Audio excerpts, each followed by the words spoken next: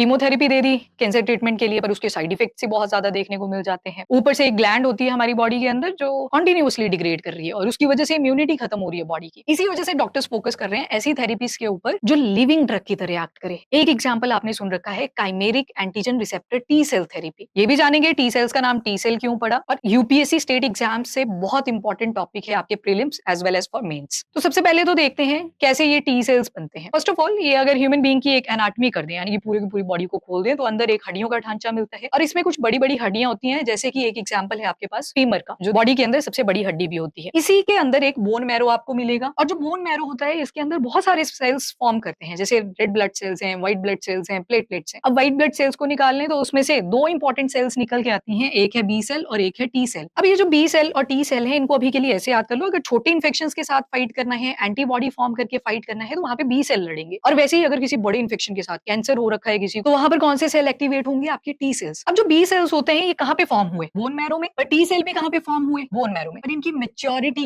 Different जगहों पे होती है, जैसे कि बी सेल की जो मेच्योरिटी है वो बोन मैरो के ही अंदर होती है, इसी वजह से नाम पड़ा B for bone marrow, B for B cell. और टी सेल की मेच्योरिटी होती है थाइमस के अंदर। थाइमस आपको हार्ट के पास में एक छोटा सा ग्लैंड मिलता है, और जैसे जैसे उम्र बढ़ती है ये ग्लैंड डिग्रेड कर जाती है और हमारी इम्यूनिटी है वो भी डिग्रेड हो जाती है। तो T for thymus, T for T cells. अब हम समझेंगे कि ये कार टी सेल थेरेपी कैसे बनी। फर्स्टली इसका प्रोसीजर ध्यान से सुनना है। जो पेशेंट होगा उसी का ब्लड एक्सट्रैक्ट करा जाएगा, ब्लड में से टी सेल्स को निकाल दिया जाएगा। अब लैब में लाए जाएंगे टी सेल्स, और वहां पे एक आर्टिफिशियली हमने रिसेप्टर बनाया होता है जिसका नाम है कार, काइमेरिक एंटीजन रिसेप्टर। उसके साथ टी सेल को जोड़ देंगे। जैसे ही कार प्लस टी सेल आपस में जुड़ेंगे तो थेरेपी का नाम डिराइव हो गया अपने पास, कार टी सेल थेरेपी। अब ये कार टी सेल लेबोरेटरी में बन गए, लेबोरेटरी में ही इसका नंबर इंक्रीज कर दिया जाएगा, millions of car T cells बना दिए जाएंगे। जैसे ये बन जाएंगे उसके बाद उसी पेशेंट के अंदर डाल दिए ये सारे के सारे कार टी सेल्स। अब देखो जिस पेशेंट से ब्लड लिया था उसी का ही ब्लड था ना, वो उसी के ही टी सेल्स थे, उन्हीं को डिवाइड करवाया और उसी पेशेंट की बॉडी में वो टी सेल्स डाल दिए, तो बन गई लिविंग ड्रग। अब ये जो कार टी सेल्स बने ये कौन सी फॉर्म होगी? साइटोटॉक्सिक।